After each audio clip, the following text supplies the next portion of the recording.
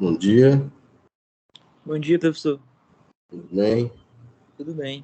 Vamos dar continuidade hoje, né, à segunda parte da apresentação da importância genética na decisão clínica em doenças linfoproliferativas. Então, acredito que hoje o predomínio vai ser dividido em doença linfoproliferativa T, não é isso, Paulo? Exatamente. Fernanda, podemos iniciar?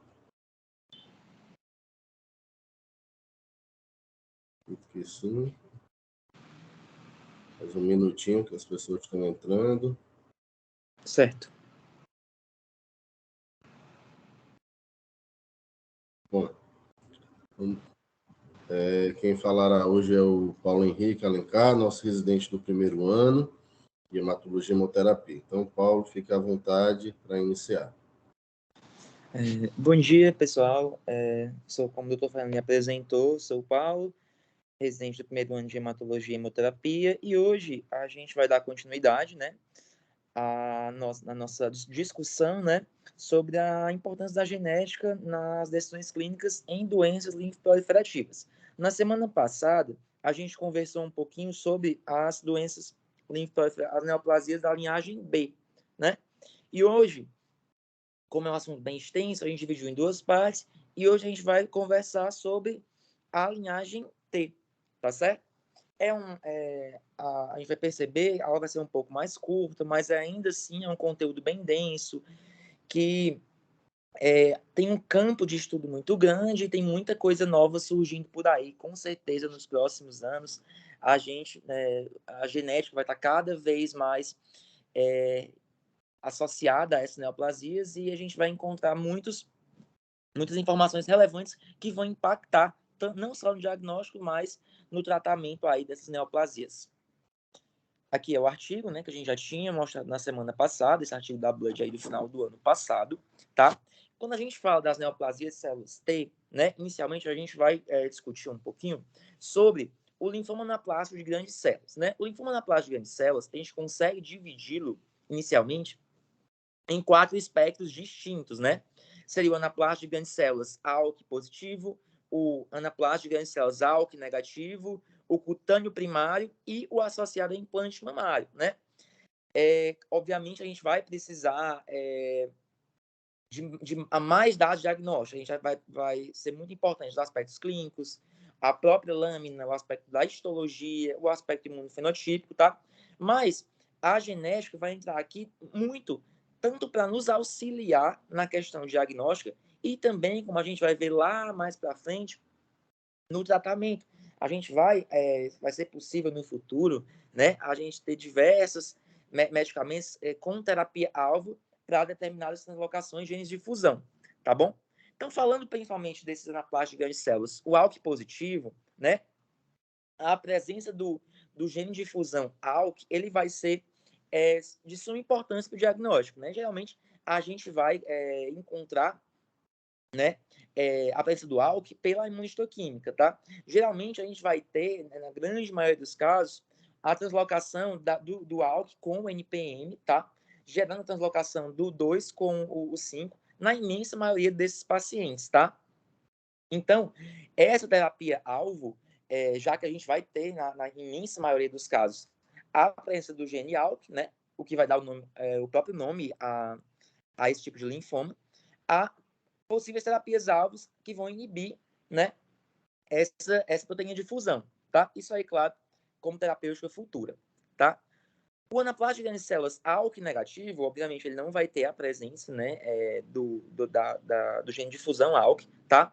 Mas ele vai possuir algumas outras mutações que vão conferir, em alguns casos, um prognóstico mais favorável, como, por exemplo, o rearranjo DUSP22, tá? Que pode ser visto em torno de 19% a 30% dos casos, tá?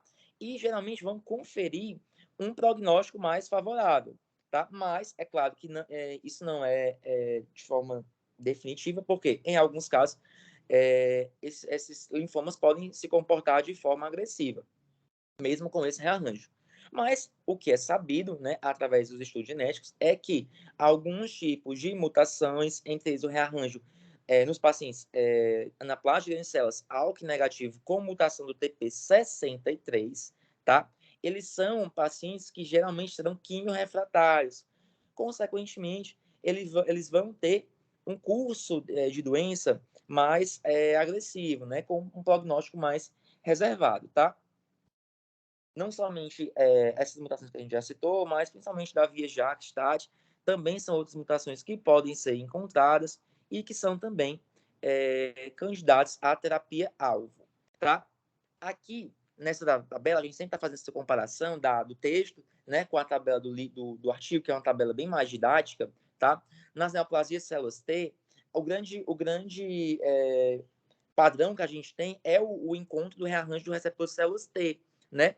E a demonstração de monoclonalidade, né, desse rearranjo é que vai nos fomentar o diagnóstico, né, de um linfoma de células T. E isso vai ser útil quando? Quando é que eu vou precisar, né? Que a gente, já que a gente vai ter acesso a ele por PCR, até por sequenciamento genético, quando eu tenho aquele paciente que tem uma morfologia, tem um padrão imunofenotípico que não é tão conclusivo, a gente ficou na dúvida, né? Para um linfoma leucemia células T. Até propriamente no diagnóstico das desordens linfoproliferativas T, né? Que vão ter uma população de células T atípica, ou talvez uma linhagem bifenotípica, uma linhagem ambígua, a presença dessa clonalidade dessas células T vai nos ajudar também a identificar que são sim neoplasias T e também a diferenciar, por exemplo, de forma mais clara quando eu tiver uma origem de células T ou tiver uma origem de células NK. E as outras mutações que a gente vai encontrar durante essa aula, vão ser várias mutações que podem estar presentes nas neoplasias de células T, a gente vai conseguir avaliar, seja por sequenciamento genético ou pelo próprio FISH. E aí isso vai ser relevante para nos corroborar, né, nesse diagnóstico de uma entidade específica ou até garantir a evidência de clonalidade, tá? Nos anaplásicos de grandes células ALK positivo, a gente vai ter, né, o gene de fusão ALK, geralmente por imunistoquímica, quando a gente não tiver na imunistoquímica a presença dele, talvez por FISH, né? E ele vai ser essencial, né, para o diagnóstico desses linfomas anaplásicos de grandes células ALK positivos. E o impacto clínico, como eu já tinha conversado com vocês, seria possíveis inibidores ALK, né? É uma terapia-alvo para esse tipo de paciente. Nos pacientes ALK negativo, a gente vai ter principalmente esse rearranjo do 22 com IRF4, tá? Que pode ser visto por FISH. O TP63, que eu falei também agora há pouco, que são pacientes com curso mais agressivo, um quimiorrefratários, né, a terapia de primeira linha, também vão ser vistos. Eles vão nos ajudar tanto em relação a prognóstico, como eu falei, né, quanto para fomentar o próprio diagnóstico desses tipos de linfomas ALK negativos, certo? Bem, passando para mais um tipo de linfoma T, a gente tem o linfoma de células T helper folicular e o próprio linfoma de células T periférico não especificado, tá? Bem, como eu falei, a gama, a vasta variedade de alterações genéticas, né, que nós temos nesses linfomas vão incluir desde TET2, DMT3A, IDH2, o próprio receptor células T, TP53, CKN2A. Todas essas mutações, elas são necessárias para a gente ter uma noção, isso principalmente com o desenvolvimento, o passar do tempo e o desenvolvimento dos estudos, e melhor diagnosticar, porque muitos linfomas entram naquele espectro, quando a gente não consegue identificar propriamente um tipo específico, fica naquele tipo de não especificado, né? Não especificado de outra forma. Então, esse perfil genético, esse grande painel de mutações, vai servir principalmente para a gente conseguir estratificar melhor esse tipo de linfoma e, claro, a gente ter um estratégia de risco mais acurada, ver aqueles pacientes com determinadas mutações que vão ter um prognóstico melhor, que vão ter um prognóstico mais reservado e, consequentemente, desenvolver terapias-alvos para aquele gene de fusão, para aquele gene específico, tá? O receptor células T, né, que a gente consegue definir a clonalidade do linfoma, né, de células T, pode ser visto tanto por PCR, mas principalmente pelo sequenciamento genético, a gente conseguiu aumentar a especificidade, né, da presença desse rearranjo e manter a sensibilidade que a gente já tinha com as outras ferramentas utilizadas, né, como o PCR, por exemplo. Tá? Bem, no linfoma de células T periférico, não especificado, né, a gente vai ter dois espectros, basicamente, distintos, que são atrelados a características genéticas, né, mas que vão conferir prognósticos diferentes. Por exemplo, o linfoma de células T periférico, com a presença da mutação do TBX21, ele geralmente vai ser um linfoma com complexidade genética baixa, né? Eu vou ter poucas alterações específicas, pode ter ganho do 5, ganho do 14q32, tá? Mas quando eu tenho a presença do GATA3, vão ser tumores que têm uma complexidade genética maior, tá? Vou ter mutação bialérica do TP53, deleções, o CDKN2A, tá? Essas mutações, principalmente nos genes supressores de tumor, né, como, por exemplo, o TP53, eles vão conferir, que a gente já sabidamente, um prognóstico mais adverso a esse tipo de tumor, tá?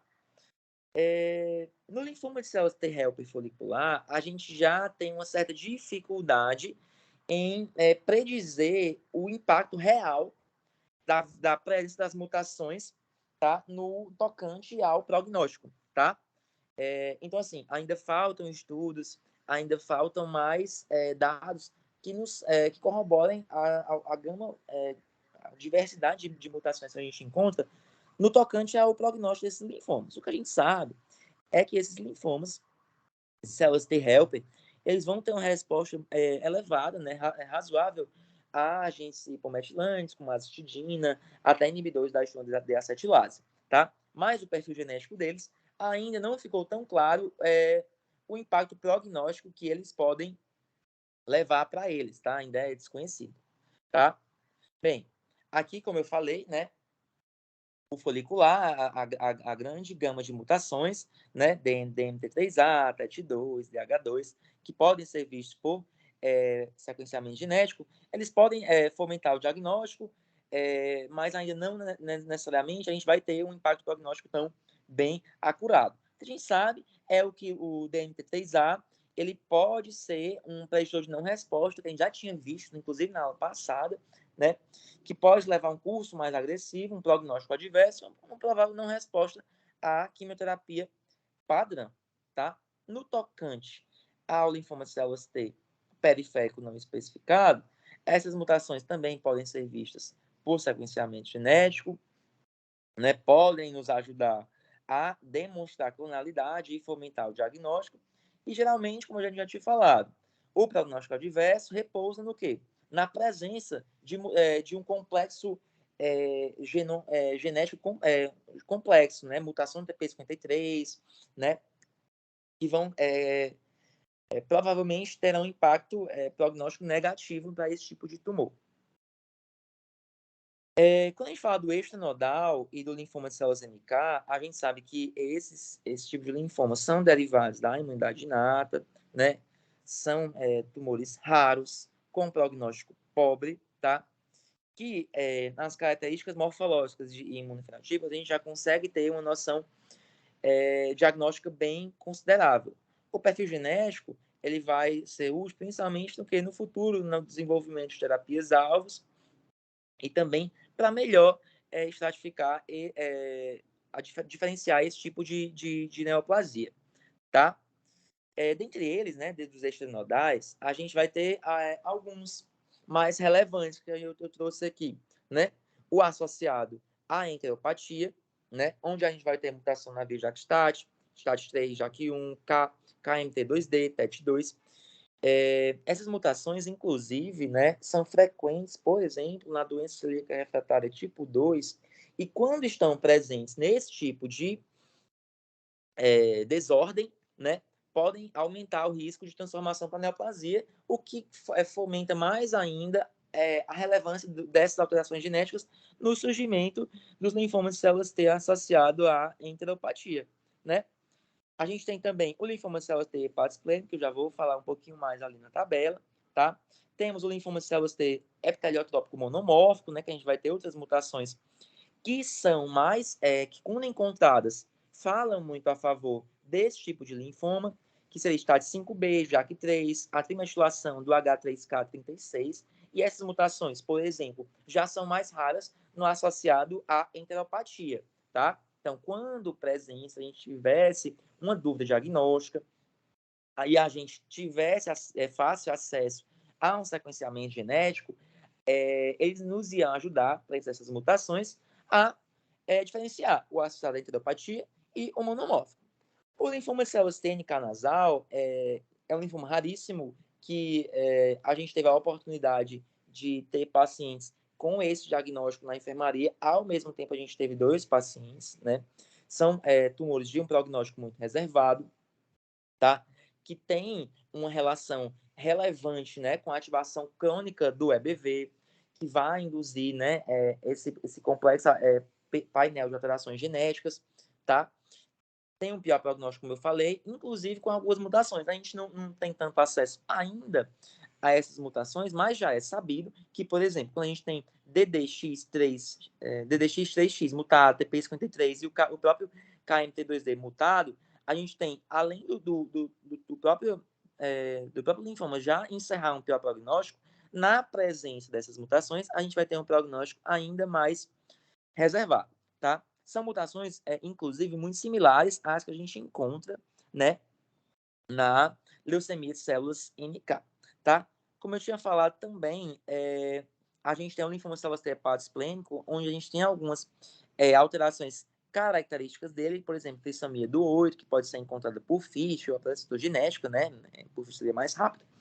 E algumas mutações que a gente pode ver por sequenciamento genético, entre elas a STAT3, TET3, tá? STAT5B, tá? Que aqui ele já vai nos mostrar, né, que na questão do diagnóstico ele pode ser útil quando a gente tem alguma dúvida, né? Quando aquele padrão imunofenotípico morfológico não for tão claro para a gente, tá? E do tipo nasal, a presença do CD 274, né, e as amplificações vistas por sequenciamento genético, elas podem ser um preditor de resposta a inibidores do PD1, né, o pembrolizumab, por exemplo.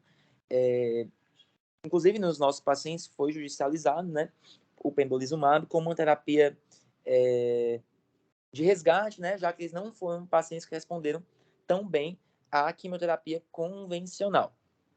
Beleza? Bem, vamos para mais uma neoplasia de células T, e a gente vai falar agora das neoplasias de células TNK disseminadas ou um padrão leucêmico. Aqui, a gente tem 2 mais importantes, tá?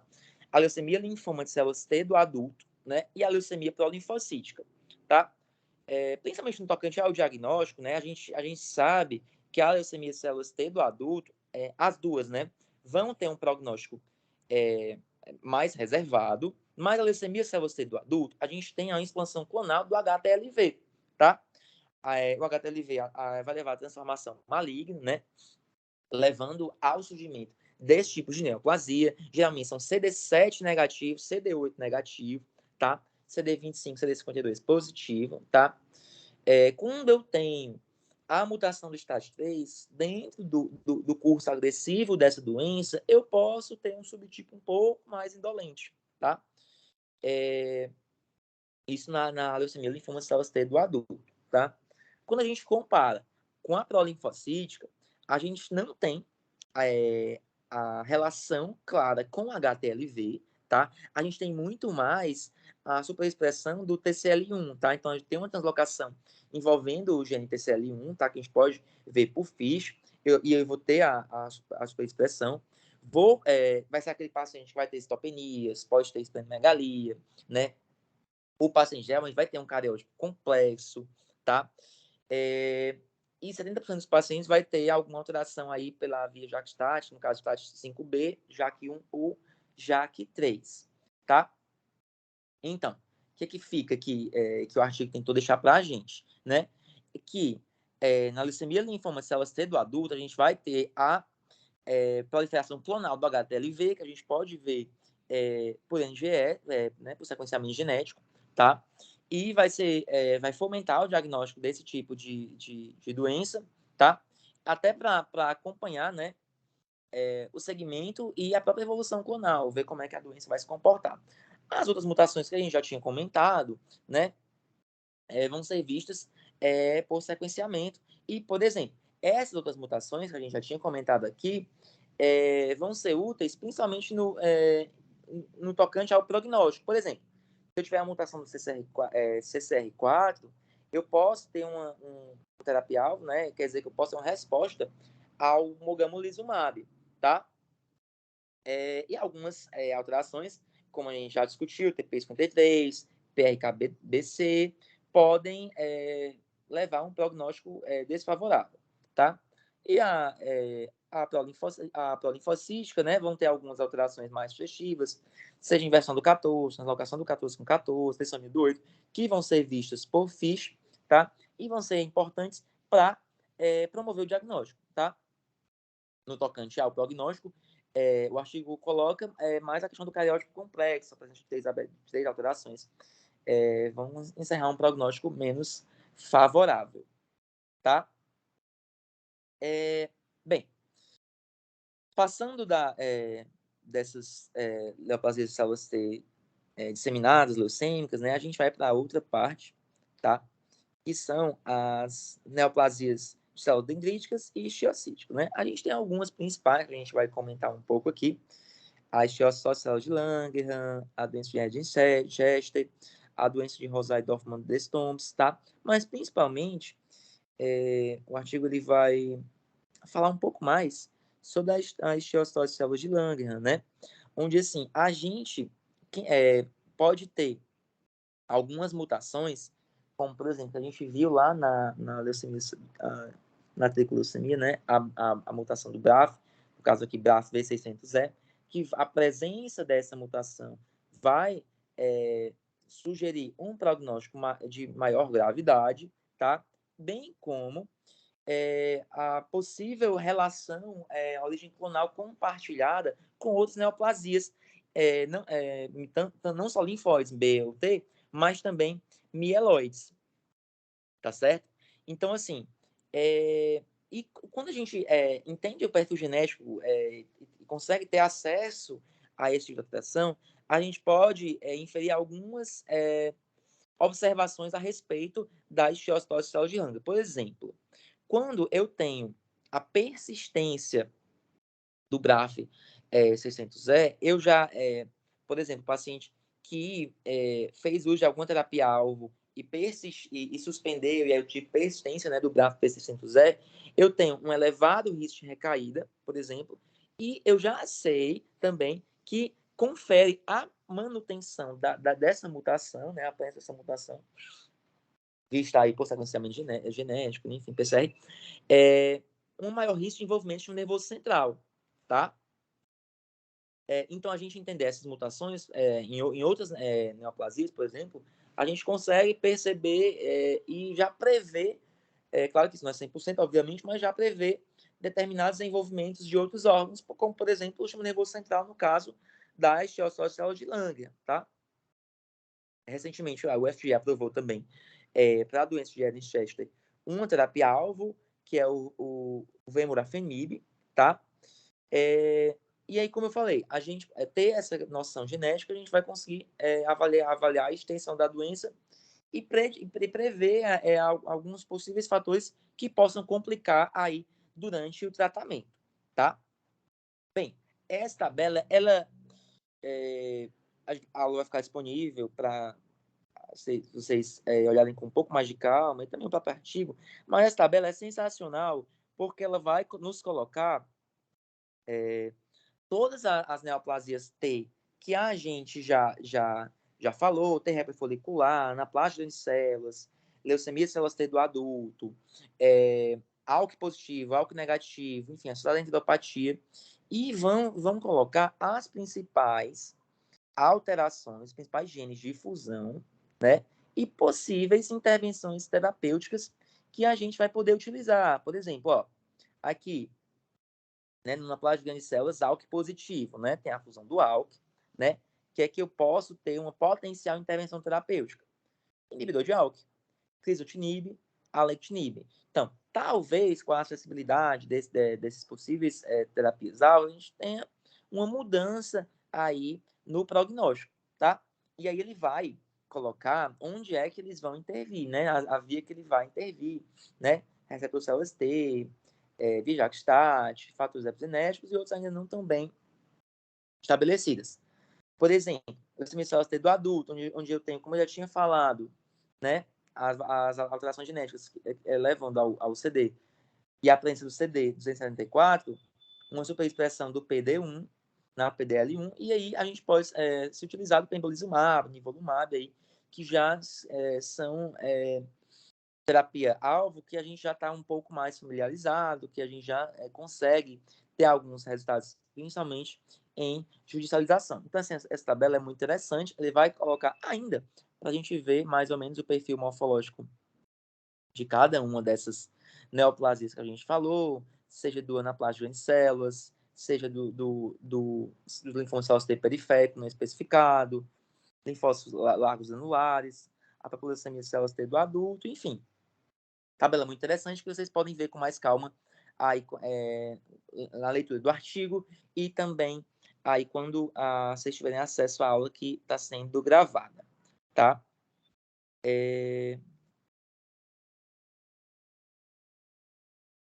Pronto. Aqui também vai ser algo mais para a leitura da gente, né, no futuro. Aqui ele só vai colocar alguns cenários diagnósticos, tá? Onde eu vou ter, por exemplo, algumas características dos linfomas. Um linfoma é EBV negativo, com linfocitose T no sangue periférico, na medula óssea.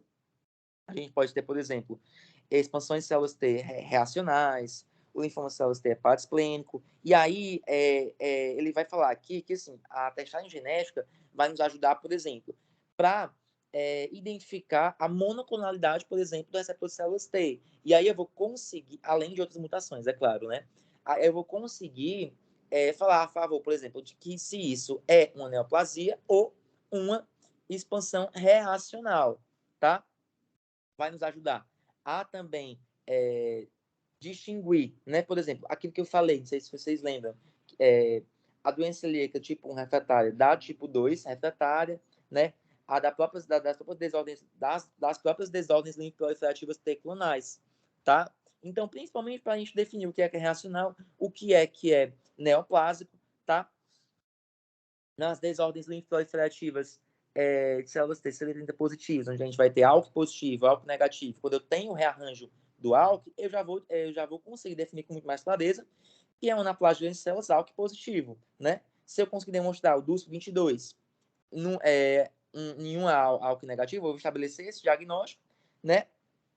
E até vou inferir um prognóstico um pouco melhor, tá? Então ele vai, essa tabela vai nos informar basicamente isso, né? Esses rearranjos de receptor de células T clonal, avaliar a clonalidade, avaliar o que é reacional, tá? E aí, isso associado às mutações genéticas mais frequentes, a gente vai poder inferir alguns fatores prognósticos e diagnósticos, tá?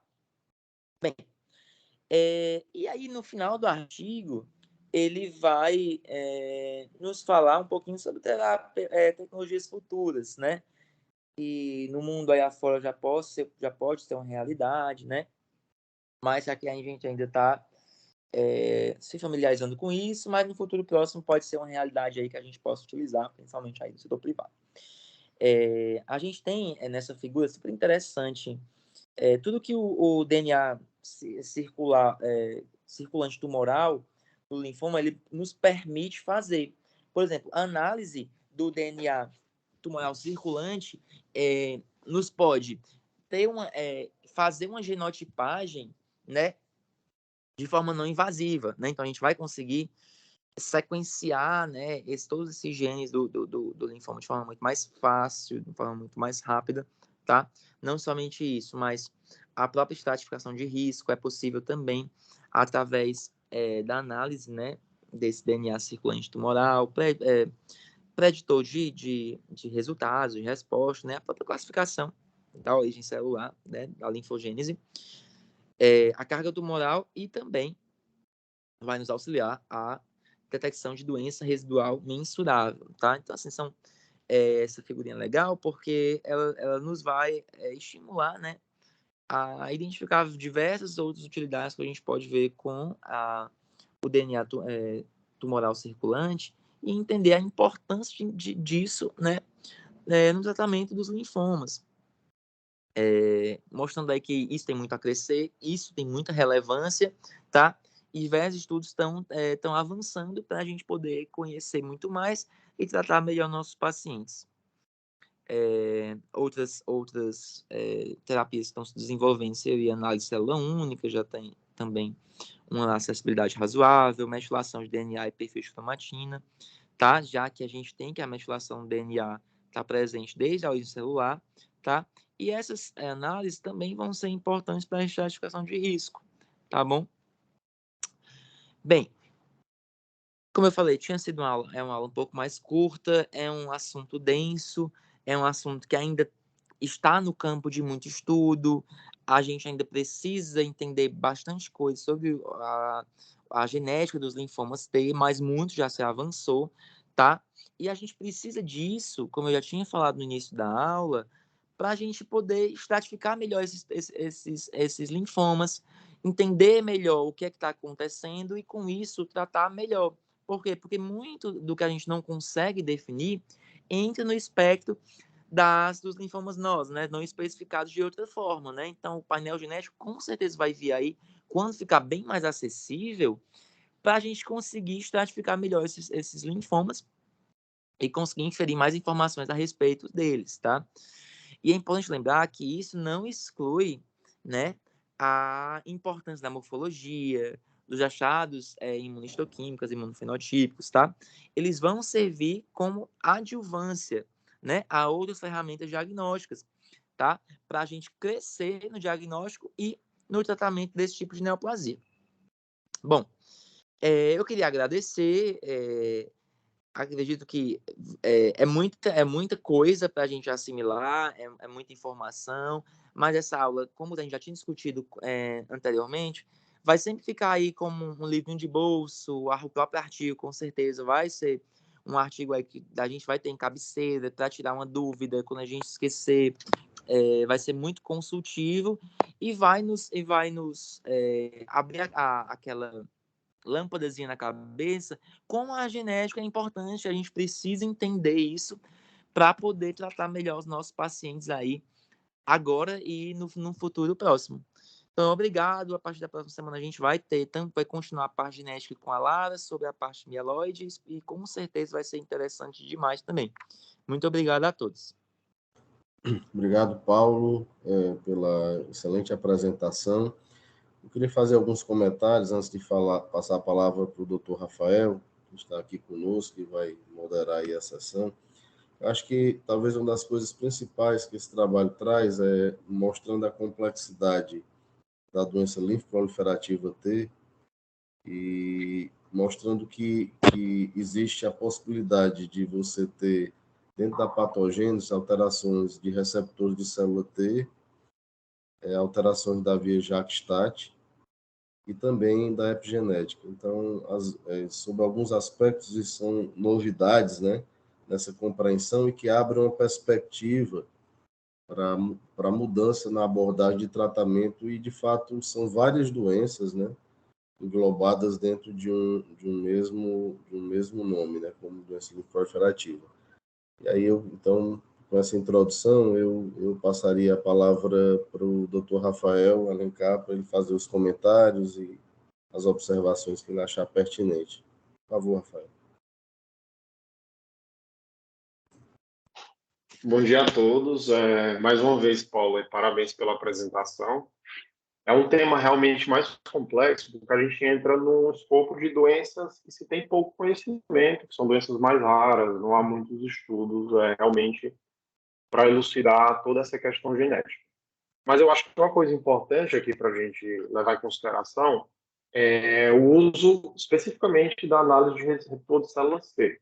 Porque diferente das neoplasias linfoproliferativas B, aqui a gente tem um pouco mais de dificuldade de conseguir definir clonalidade. Diferente das Bs, que por imunistoquímica você consegue ver restrição de cadeia kappa, cadeia lambda e assim definir clonalidade, aqui tem que se fazer realmente a análise por PCR do receptor de células T, para definir se é um receptor alfa-beta, né, inferindo que é uma doença derivada da imunidade adquirida, ou se é um receptor gama-delta, inferindo doença derivada da imunidade inata. Então, eu acho que esse é a grande questão genética das linfoproliferações T. Muitas vezes você consegue definir o diagnóstico baseado na apresentação clínica. Paciente com doença agressiva, com padrão de imunistoquímica, um padrão morfológico sugestivo de alguma doença em si, mas existe aquelas linfoproliferações mais indolentes que o grande desafio é tentar diferenciar o quadro reacional de um quadro clonal de proliferação de linfócitos T, né? Eu acho que o grande exemplo que vem em mente é a leucemia large granular, células TNK. Então, nesses cenários, especificamente, realmente a análise do receptor de células T, ele tem fundamental importância. Quanto às outras alterações realmente que o Paulo descreveu aí, doença por doença, são alterações ainda que a gente não sabe ao certo o significado clínico, o impacto, a relevância, né? Algumas é sabido já realmente se existe terapias-alvo, mas não existem estudos bem feitos para associar o benefício terapêutico do uso de determinadas drogas. Mas, assim, puxando um pouquinho pelo que a gente já sabe, como o Dr. Fernando falou, né, a importância da atuação de determinadas medicações na via de sinalização de células T, particularmente a via JAK-STAT. Então, por exemplo, a inibição dessa via pode ter algum papel futuro aí em determinadas linfoproliferações. E no mais, só lembrar de alterações mais específicas, como o Paulo falou, acho que dentre essas diversas é importante lembrar da translocação 2,5, né, que é a translocação que envolve o ALK, justamente no anaplásico de grandes células ALK positivo, e no caso das neoplasias dendríticas, a mutação do BRAF, que é aquela mesma mutação que a gente vê na tripoleucemia e que se tem a terapia-alvo, que é o vemurafenib específico. Mas, mais uma vez, eu acho que para esse tema, esses são os principais tópicos. Assim, é um tema mais específico, é um tema que realmente foge um pouco do nosso dia a dia, né? Mas é sempre esse artigo, tanto na parte B como na parte T, ele é um importante guia de consulta, né? Eventual, quando você tiver alguma dúvida específica nessa questão genética molecular. Obrigado, Rafael. Excelentes considerações. Eu queria, talvez, puxar um pouco a discussão para mais para dentro da nossa realidade, né? Do que a gente tem no nosso serviço e até um pouco na realidade brasileira, e também tentando discutir um pouco mais voltado para os internos e residentes de clínica que estão aqui, né, conosco. Uma coisa muito importante quando a gente fala em doença linfoproliferativa T é distinguir aqueles linfomas cutâneos T periféricos dos linfomas que não são cutâneos, né?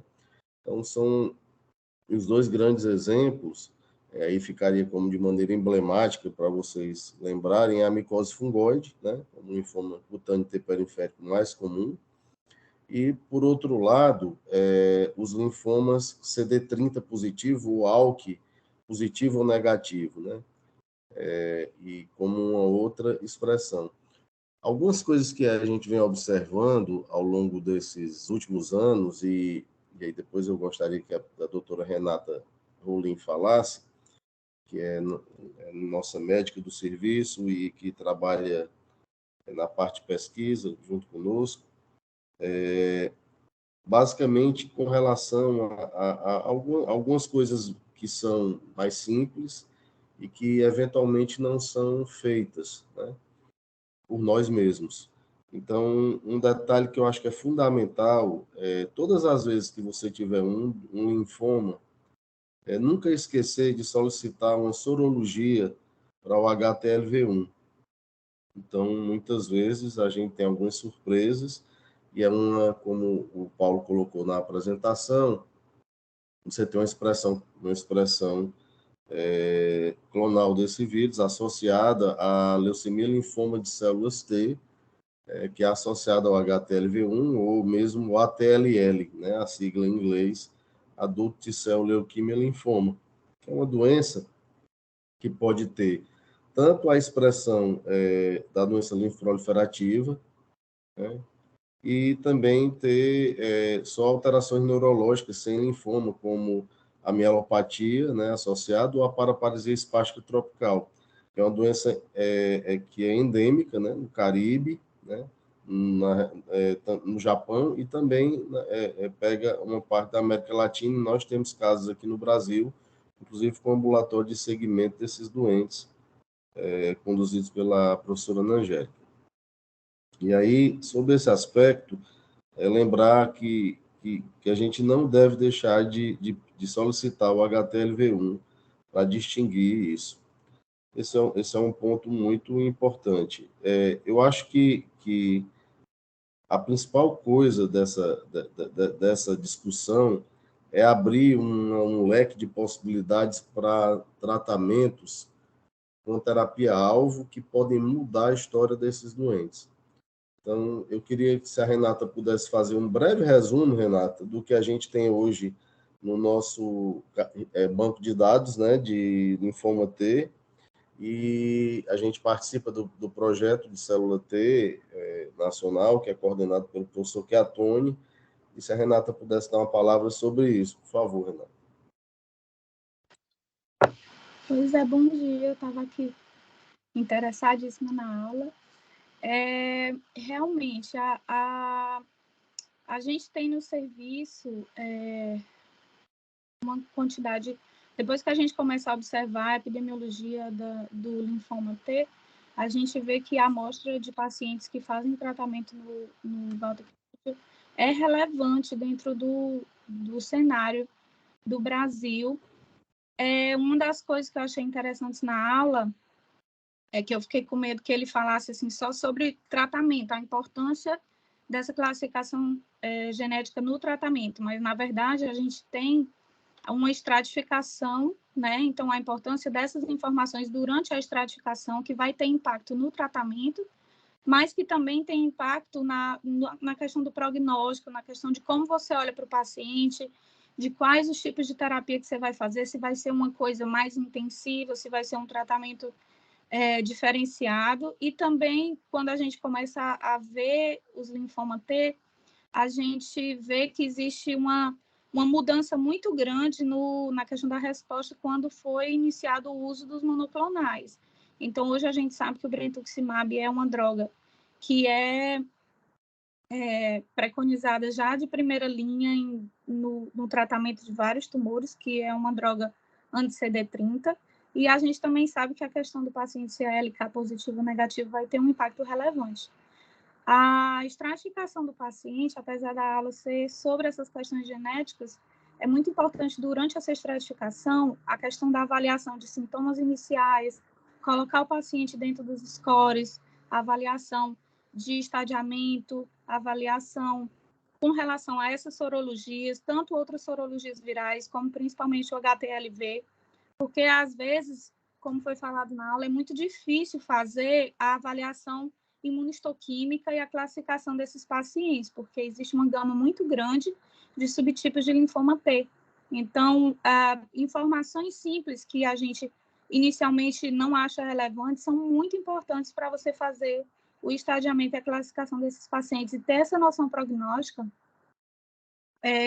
num quadro de avaliação de um paciente com linfoma, e aí você coloca todos os linfomas das diferentes linhagens, os prognósticos são diferentes, as apresentações clínicas diferentes, e a decisão terapêutica e principalmente do segmento desses pacientes vai depender muito dessa estratificação. Então, eu achei a aula muito importante, assim, para a gente que acompanha o linfoma T mais de pertinho, e é isso. Não sei se tem... Estou tentando trabalhar numa espécie de fluxograma de avaliação inicial para ver se a gente não esquece algumas coisinhas, como essas sorologias, essa questão do estadiamento, da avaliação criteriosa do anatomopatológico, da imunistoquímica, da avaliação de fusão gênica, para, no início do tratamento, a gente ter disponíveis essas opções, porque o surgimento de novas terapias é uma coisa que muda a vida do paciente. Tem pacientes com linfoma T que a gente acompanha, que tem um diagnóstico há muito tempo atrás, que não tinha opções terapêuticas como tem hoje. A questão da avaliação para transplante também depende muito desse estadiamento.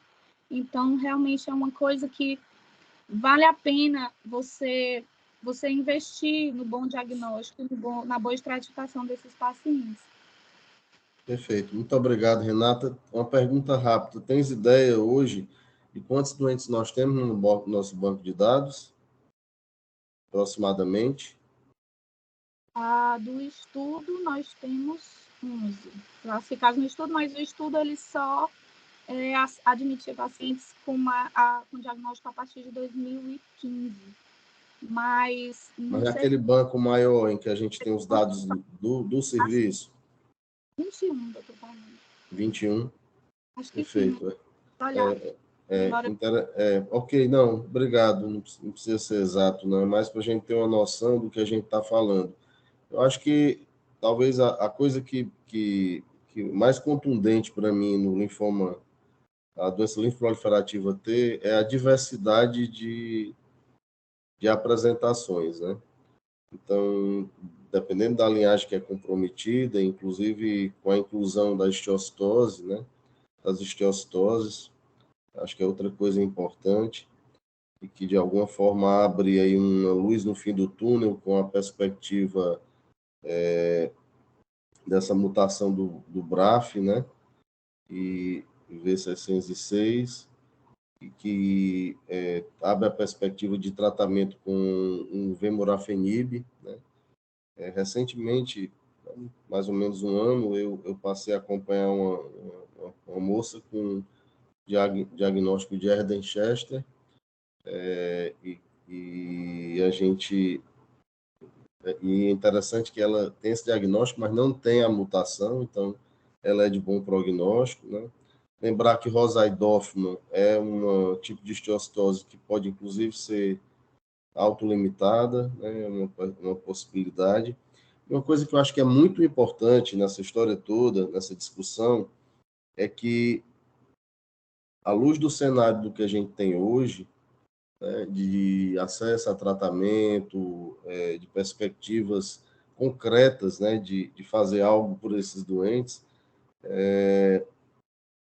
o transplante de medula óssea para o doente com doença linfoproliferativa T, ele é algo que deve ser sempre considerado, né?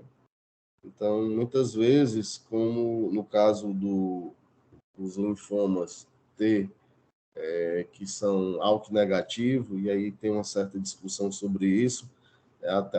Algumas correntes acham que até o ALK positivo poderia ser interpretado assim, e que não é o ALK propriamente dito que determina, mas que pela gravidade, pela evolução que esses doentes têm, esses doentes deveriam ir em primeira remissão para transplante, para autotransplante, né? Transplante autólogo de medula óssea, como uma forma de consolidação. Isso é o que a gente tem feito no nosso serviço desde então, e os resultados são muito bons, né? Sobre esse aspecto. Eu sei que o grupo brasileiro também, inclusive, apresentou uma casuística grande de pacientes com linfoma T transplantados, né? Outro ponto que eu quero chamar a atenção, e que é da aula do Paulo, que ele citou que o linfoma TNK nasal, que é um linfoma bastante raro e que a gente está no momento acompanhando, se não me engano, 2 ou 3 casos, né? Um dado que eu acho que é fundamental na condução desses doentes é que a abordagem de tratamento quimioterápico não é igual à dos outros linfomas. Os esquemas em que os melhores resultados são esquemas que inicialmente contemplam a associação de de asparaginase, na verdade, agora a PEG-lada, né, que é o que nós dispomos, então seria a PEG-asparaginase. Ou o protocolo SMILE, ou mesmo o ASP-MET-DEXA, e que esses doentes, se eles forem tratados com um esquema tradicional que a gente faz, que é o SHOP, né, que mais para os estudantes, que seria um antracíclico, um alquilante, um corticoide e o alcaloide da vinca. Ele não é um esquema eficiente, digamos assim, como primeira abordagem. Então, ficar muito atento a esse tipo de possibilidade terapêutica que seja adequado, porque muitas vezes esses doentes, pela gravidade deles, eles não têm uma segunda chance. Então, acho que isso, inclusive, a gente já teve experiência de transplantar esses doentes, inclusive a gente tem um paciente transplantado e que está bem, né, que foi dentro desse cenário, e eu acho que essa é uma perspectiva. Eu gostaria muito que a Marília fizesse um comentário sobre a aula do Paulo.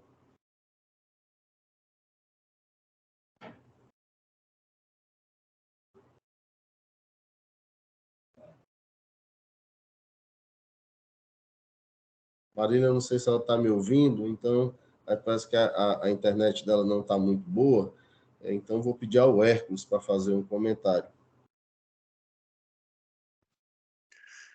Oi, professor, bom dia. Tá dando para me escutar? Está dando para ouvir bem, Hércules. Tá bem.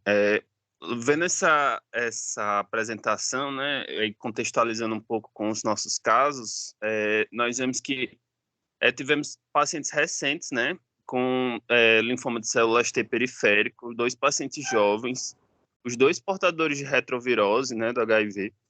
Um teve uma apresentação agressiva, mutilante, com necessidade de múltiplos esquemas quimioterápicos, teve recidiva, né, após o primeiro tratamento. E outro, até agora, fez só uma linha de tratamento, parece ter uma doença de um curso mais até indolente, ele demorou um tempo para chegar no serviço, nós fizemos um protocolo, o DAEPOC, no caso, para ele, e até agora ele vem tendo uma boa resposta. A gente, quando pensa que são pacientes com epidemiologia semelhante, com doenças que, pela imunistoquímica, também são semelhantes, mas que a apresentação clínica são completamente diferentes, né?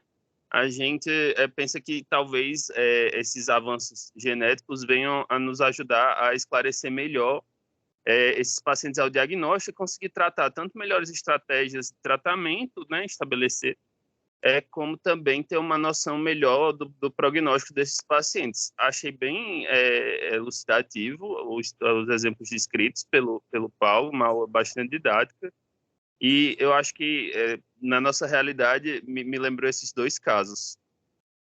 Foi muito bom você ter tocado nesse ponto, porque você está falando de alguma maneira de uma classe de pacientes que a gente não discutiu muito, que são os doentes com retrovirose, né, e que desenvolvem doença linfoproliferativa T. Nós, inclusive, temos alguns casos, um caso bem conhecido que a gente já discutiu muito, que eu não vou citar o nome aqui do paciente, mas em que ele tinha, inclusive, a despeito de ser uma doença linfoproliferativa T bastante agressiva, com comprometimento mandibular, e com dificuldade de alimentação e tudo. Hoje, eu sei que todos vocês conhecem esse paciente, ele, inclusive, está sendo avaliado para possível transplante, como consolidação.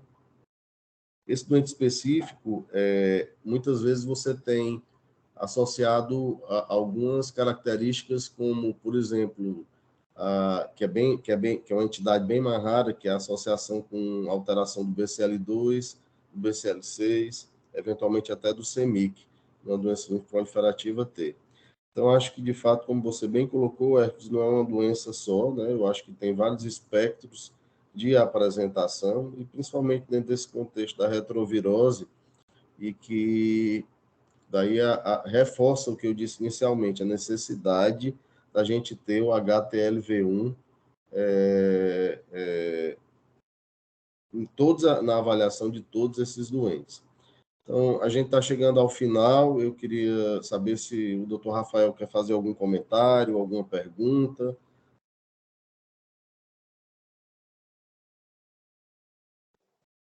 Não, eu acho que só complementando mesmo. Realmente, eu acho que, como são doenças que não sabemos muito, a gente tende a jogar dentro do mesmo saco, né?